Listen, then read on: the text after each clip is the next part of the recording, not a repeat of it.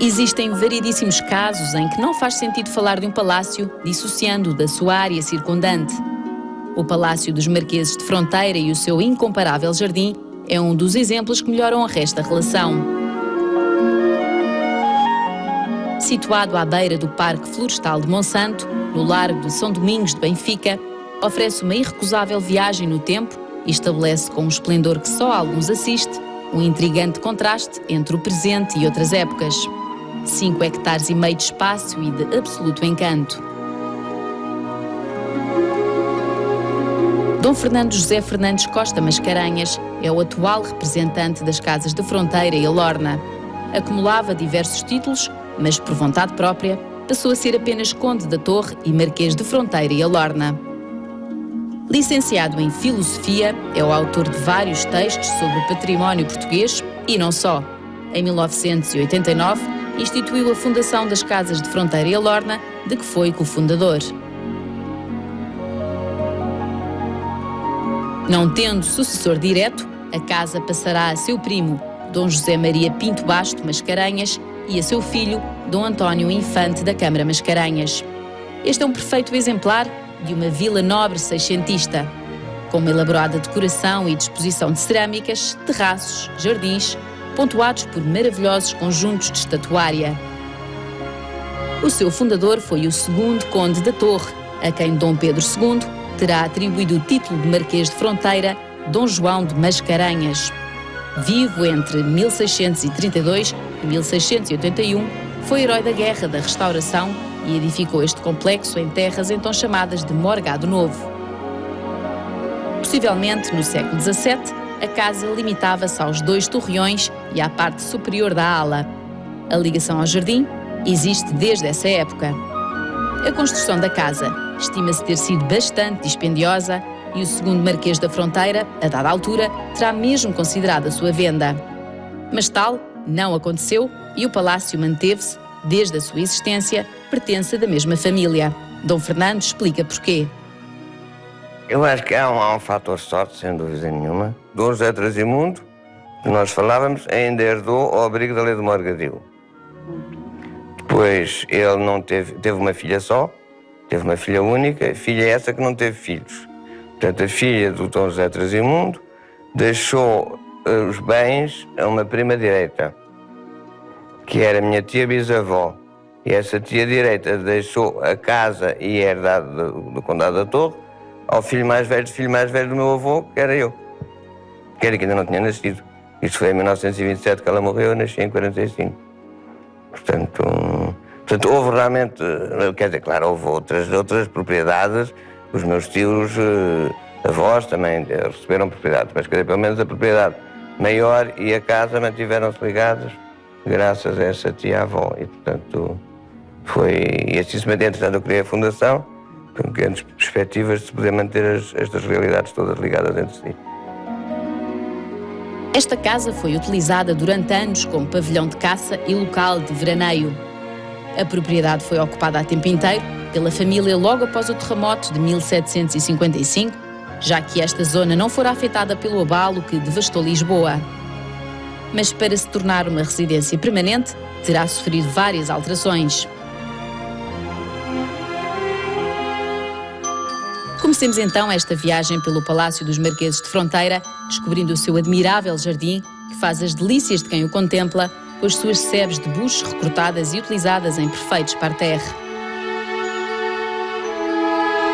Acredita-se que os desenhos de bucho não devem andar muito longe dos originais, tratando-se pela sua composição de um jardim renascentista, construído para o homem e para o dignificar. 16 conjuntos de canteiros e 5 fontes de mármore compõem este espaço proporcionado à escala humana. O seu conteúdo revela fundamentalmente plantas perenes, pedra e água, prevalecendo assim uma ideia de eternidade ou desejo de longa duração. Paralelo à fachada nascente da casa, encontramos no murete poente painéis de azulejos polícromos, onde se reconhecem os 4 elementos.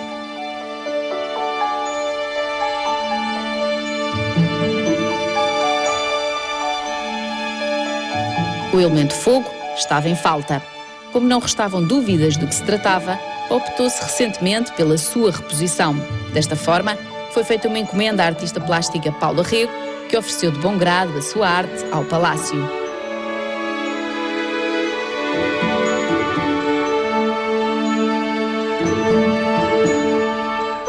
Ainda neste seguimento, encontramos representações de deuses, os planetas que se conheciam na época e ainda 2 constelações. A norte, ao longo de todo o murete, estão representados os signos do zodíaco em painéis de azulejos pintados a azul, branco e manganês. Os meses do ano, bem como trabalhos agrícolas e algumas atividades correspondentes a cada mês, ilustram os azulejos do murete situado à nascente. Todos estes belíssimos painéis são de autoria portuguesa.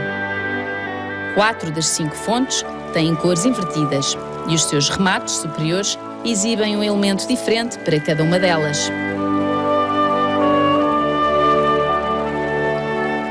Com sebes recortadas segundo um traçado cruciforme, ao centro deste jardim formal, encontra-se uma fonte com a forma aproximada de uma estrela de 4 pontas, adornada com uma esfera armilar, como elemento heráldico português alusivo ao domínio marítimo. Esta disposição geométrica conta ainda com roseiras dentro dos quadrantes de bucho e com 12 esculturas feitas de chumbo e outras ligas de personagens mitológicos que se erguem sobre pedestais de mármore.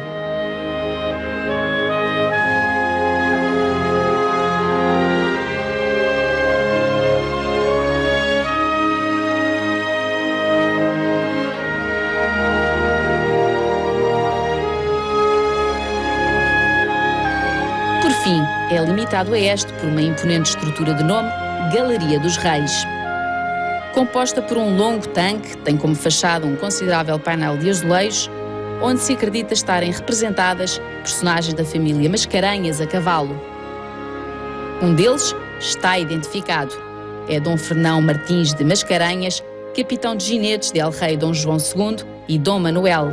Este senhor é o tronco de onde sai uma série de famílias nobres de Portugal.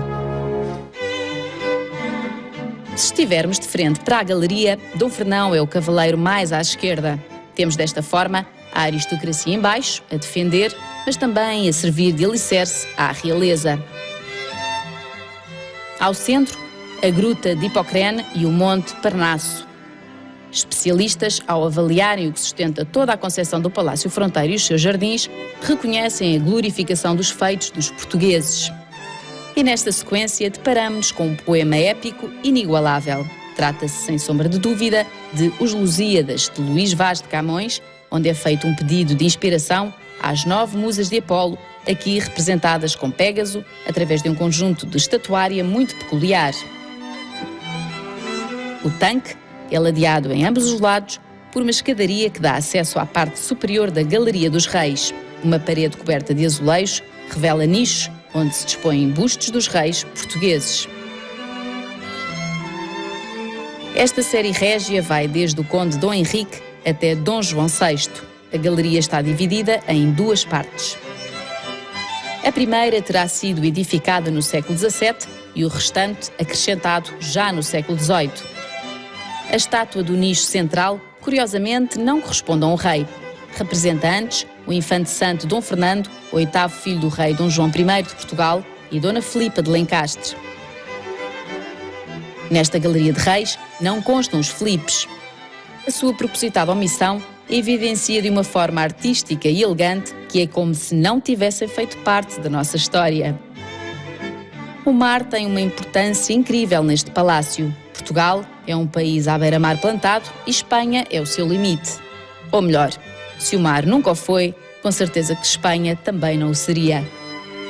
Esta casa é um hino à independência de Portugal, às epopeias dos descobrimentos e aos maiores feitos dos portugueses. A Galeria dos Reis não é com certeza exceção. Tibério, o imperador romano e Nuno Alves Pereira não eram reis, mas os seus bustos estão aqui representados. Em 1646, Dom João IV oferece a coroa de Portugal a Nossa Senhora da Conceição como agradecimento pela boa campanha da Guerra da Restauração. Desta forma, Nossa Senhora da Conceição tornara-se rainha e padroeira de Portugal. Assim, Depois de Dom Pedro II, nenhum rei tem a sua coroa na cabeça. Estão antes colocadas sobre os seus bustos.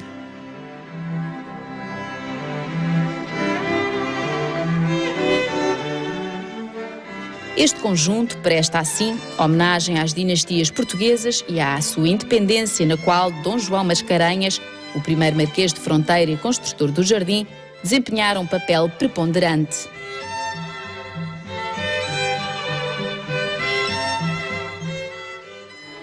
O Jardim Formal, bem como a Galeria dos Reis, tem uma carga simbólica absolutamente esmagadora.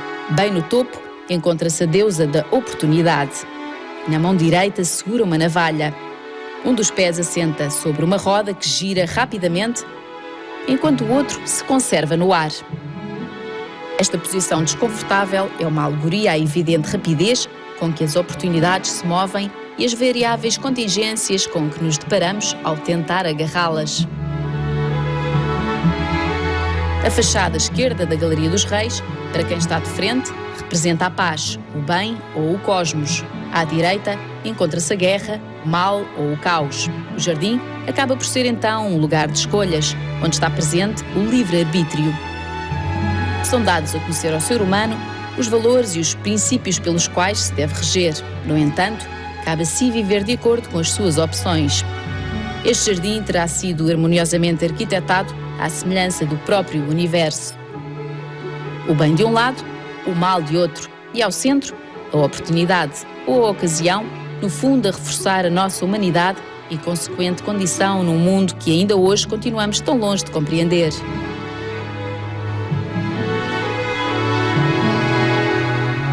O jardim era apenas para os eleitos, um luxo asiático onde não havia rapidez, mas antes lentidão, onde se conseguia refletir e apreciar o momento só por si, já que o tempo parecia ficar suspenso. Ao chegar ao Jardim de Vênus, encontramos uma fonte centrada que exibe esta deusa, erigida por 3 golfinhos e 3 tartarugas. O contorno da fonte desenha uma estrela de 8 pontas. Este é um jardim cheio de sombra, o que o torna mais fresco e mais aprazível no verão. As suas espécies exóticas fazem dele um lugar misterioso e romântico. A Casa do Fresco é composta por um sofisticado nicho com cúpula que sugere as casas das divindades aquáticas, as ninfas, características do jardim renascentista italiano. A cúpula por fora é forrada de azulejos, o que não é muito comum.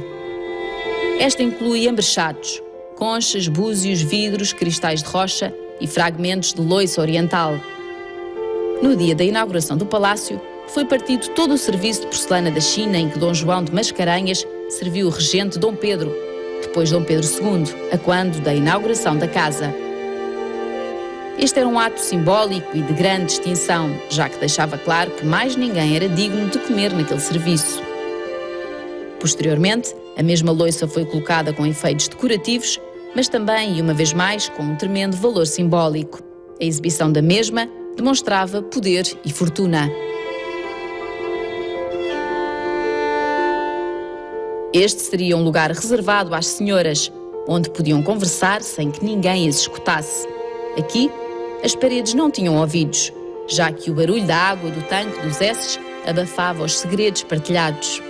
Este é um espaço de recolhimento feminino pela carga romântica que a própria Gruta do Amor acarreta. Por outro lado, o volume exagerado de vestes da moda feminina da época pedia lugares arejados para se protegerem do calor extremo. O tanque é forrado de azulejos que representam a fauna marítima e os bancos desenham-se em semicírculos cobertos também de azulejos que mostram os tipos de pesca.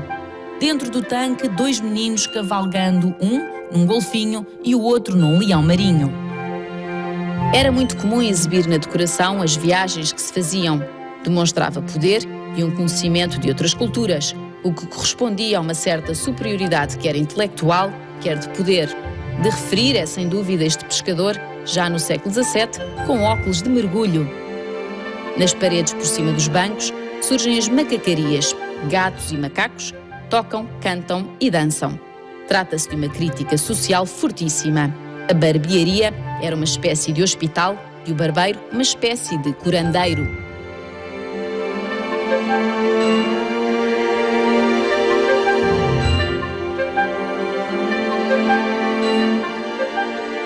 brasão que se encontra na fachada da Casa do Fresco é o de Dona Madalena de Castro, primeira Marquesa de Fronteira, o que confirma a teoria de que este seria um espaço maioritariamente feminino.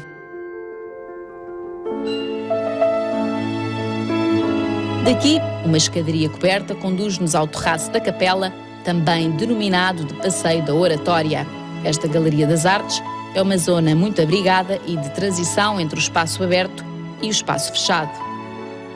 Já não se sujam os sapatos porque o chão é similar ao de uma casa e as paredes são mais intelectualizadas.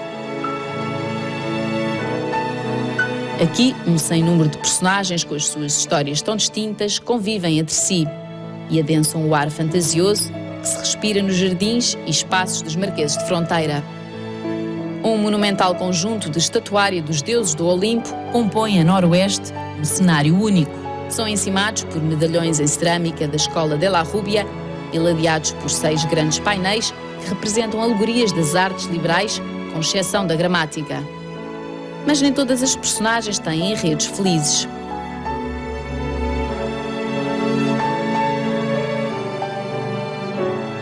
Márcias tornou-se um músico tão perfeito que desafiou Apolo a uma competição.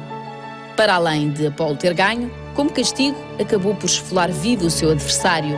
Os azulejos não deixam de ser uma vez mais uma constante nesta composição ao ar livre. É evidente que os azulejos são um dos grandes fascínios desta casa.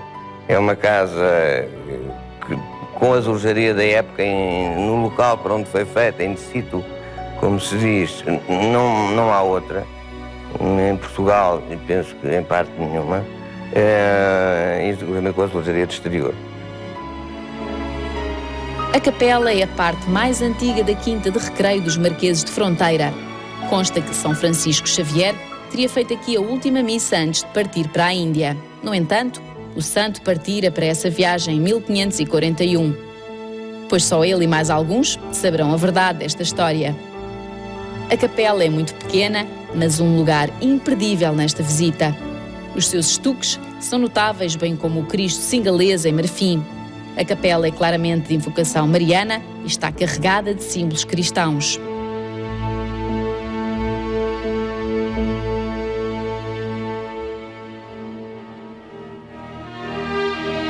Passando pelos portões altos e verdes, uma rosa dos ventos em calçada portuguesa dá as boas-vindas, como se costuma dizer, a todos os que vierem por bem. O átrio apresenta 4 belos medalhões em estuque. Podem também observar-se dos lados estuques de inspiração neoclássica. Ao centro, um brasão dos Mascarenhas envolto em ornamentos ainda rococó.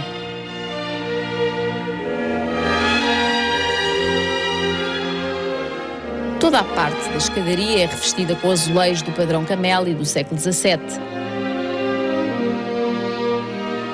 O teto, cujos ornamentos também são em estuque, apresenta, no entanto, uma pintura ao centro representando Hércules. Sobre a porta central da parede sul, observa-se um maravilhoso brasão dos Mascarenhas.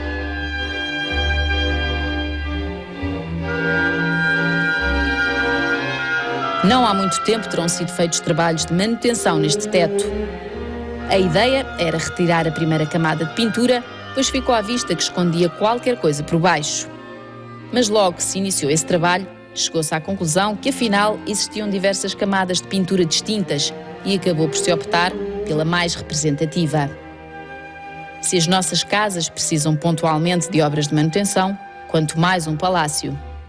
É sempre uma luta contra o tempo. Vai-se atrasando um bocadinho o tempo. É complicado, é um bocadinho complicado. Mas, sobretudo, que é uma coisa que está sempre. E a gente começa a olhar e vê sempre que isto também não está bem, aquilo não está bem. Do outro lado também há outras coisas que estão, isto já está bem.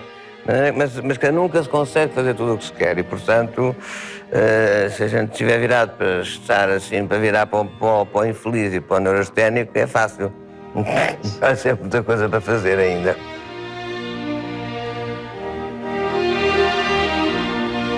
A sala está revestida por 8 painéis de azulejos alusivos às batalhas da Restauração. O seu desenho é popular e conta as batalhas não com o sentido épico, mas pela lógica mais mundana. Tínhamos como bons exemplos os ingleses a ficarem sem pólvora e a combaterem à coronhada, homens em plenas necessidades fisiológicas, pessoas feridas e mortas, a descansarem ou a beber água. Podemos ver nestes painéis sinais da passagem da policromia para o azul e branco.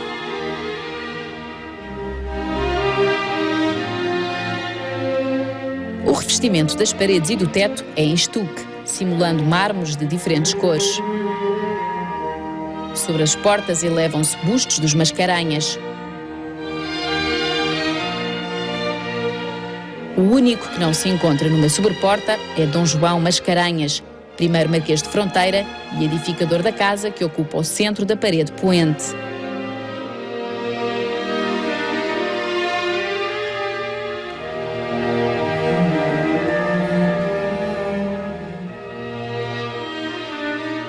Nos intervalos, entre as portas, diversos ornamentos em estuque repetem-se sem, no entanto, serem exatamente iguais. O teto apresenta a forma de caixotão, ligeiramente arredondado. 4 medalhões com bustos dos Mascarenhas e alegorias da paz, da guerra e da vitória tornam esta sala ainda mais opulenta.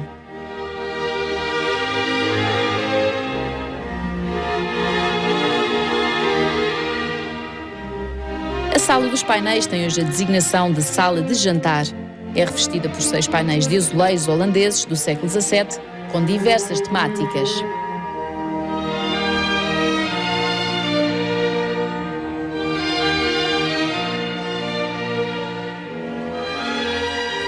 O teto é um compromisso, algures entre o caixotão e a abóbada. Os elementos estucados permitem concluir com alguma segurança que estamos perante a sala de música do século XVIII. Em relação à casa, há uma coisa curiosa. Nós estamos agora a fazer um restauro na sala dos painéis e encontraram-se e começou-se a ver qual era a pintura original. Começaram-se a descascar as camadas de pintura, havia 6 camadas diferentes. Uma delas é castanho escuro, depois por baixo ainda a original, que é uma pintura às riscas, que é uma coisa muito fora de vulgar. Depois até outra coisa é que as salas variam muito umas para as outras, quer dizer, não é uma casa que a gente, às vezes a gente visita certos palácios e as salas são umas atrás das outras, com um bocadinho mais, bom, depois só vai mais um bocadinho assim, mais um bocadinho ali, mas são as mesmas cores, a mesma coisa. E aqui não, tudo vai variando, tudo é diferente, tudo tem um ambiente, cada sala tem a sua personalidade própria, digamos assim. A biblioteca está hoje situada na Lógia Nascente. Era antes um espaço aberto, mas para poder ser vivida durante todo o ano, a opção foi fechá-la, ganhando-se desta forma espaço. As suas paredes encontram-se inteiramente cobertas de estantes. Os livros de maior relevância foram transferidos para a Torre do Tombo. Os remanescentes confirmam que estamos numa biblioteca de outros tempos. Algumas fotografias da última família real, datadas e assinadas pelos próprios, foram oferecidas ao avô do atual Marquês de Fronteira, que apesar da prolongada exposição solar da sala, virada a nascente, as mantém sobre o piano. Sobre um fundo em 2 tons de verde, o teto apresenta estuques neoclássicos brancos.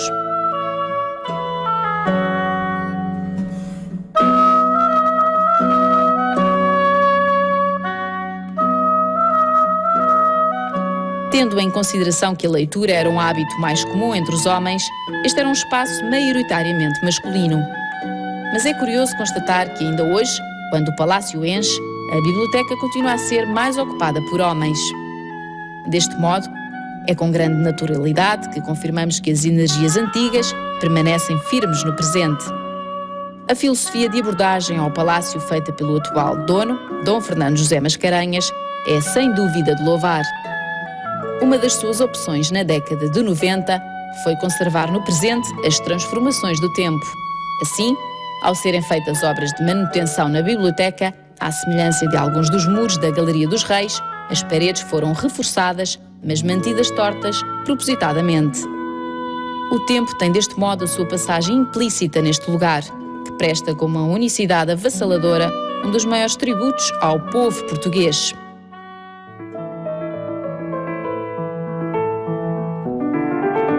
A Sala Império, ou Sala Juno, fica na zona de transição entre o corpo central do século XVII e a ala do século XVIII. As suas paredes foram redecoradas estima-se que no primeiro quartel do século XIX. Os tetos e as paredes estucados apresentam ornamentos pintados a mesofresco, bastante característicos do estilo Império. Ao centro, uma pintura que honra um dos nomes desta sala, a deusa Juno. Esta é a sala dos 4 elementos, também conhecida por sala íntima. As paredes são lisas, mas as sobreportas e o teto apresentam pinturas. Os seus cantos são embelezados por estuques rococó e ao centro os 4 elementos.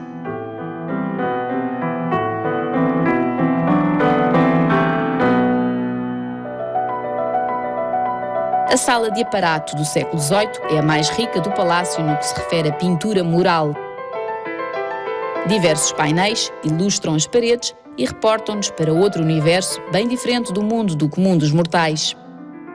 Novamente a mitologia grega e os seus deuses, a criarem majestosos cenários com os quais não conseguimos estabelecer paralelo. Ou talvez apenas em sonhos muito inspirados. Vulcano, Marte, Vênus, Áries, Apolo e Mercúrio são alguns desses seres acima do homem. Aos cantos, a pintura, a astronomia, a escultura e a música.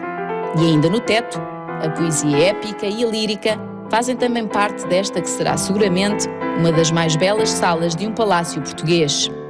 Todas as pinturas estão cuidadosamente circunscritas por incríveis molduras em estuque. Em toda a volta, cenas alusivas à caça estão representadas em azulejo. Nesta visita são muitos os objetos que enriquecem e contam histórias de outras épocas. A destacar, uma coleção de retratos de família de significativa qualidade. Um retrato da escola espanhola de finais do século XVI, um retrato a pastel de Leonor de Almeida, Portugal de Lorena e Lencastre, também conhecida por Alcipe, proporciona-nos um encontro com uma senhora incrível, que, entre outros títulos, acumula o de quarta Marquesa de Alorna. Quem sai aos seus não degenera, e Júlia Strogonoff, tal como a sua mãe Alcipe, era uma mulher muito determinada para a época e facilmente se destacou pela sua coragem. Uma vez mais encontramos neste palácio a mestria da arte de retratar. A assinatura é de Domenico Pellegrini. Em 1803, o terceiro Marquês de Alorna, sua mulher e os 2 filhos eram assim. Domingos Sequeira terá retratado o 7º Marquês de Fronteira, de nome Dom José Trasimundo, e os seus irmãos Dom Carlos e Dona Leonor Mascarenhas nesta magnífica tela. Quase em tamanho real, a mãe do atual Marquês de Fronteira, retratada por António Soares, exibe nas suas mãos as plantas que serviram para os trabalhos de restauro que fez no palácio. Seria uma tarefa muito interessante, mas também quase interminável, contar a história dos objetos que fazem parte deste lugar. Mas ninguém melhor do que quem o habita para destacar um ou outro. O primeiro objeto que me ocorre são 2 taças de cristal transparente e vermelho, as taças do século XIX, mas cada uma tem uma nota diferente. Elas são exatamente iguais aparentemente, mas no entanto a nota que dão quando a gente lhes toca é diferente. Em termos de história, há um móvel que tem uma história, enfim, uma tradição, que não se sabe se é verdade, mas que é uma tradição curiosa, que é uma pequena masinha pequena de costura, que, segundo a tradição da casa, teria sido oferecida a Alcipe pela Maria Antonieta. Herdar um património destes é um peso muito grande? Tem naturalmente os seus lados de peso, mas é uma questão da maneira como nós interiormente chegamos até assumir esse peso. Como tive muitos anos para isso, ele foi entrando devagarinho. E, portanto, são mais dores crónicas do que dores agudas, digamos assim. O palácio está aberto ao público e pode ser visitado, com exceção de algumas salas que foram aqui mostradas, pois funciona como casa de habitação do seu atual dono. Por mais que se diga e se mostre deste incomparável lugar, nada lhe fará devida justiça, senão uma visita para o poder sentir, admirar e não esquecer nunca mais.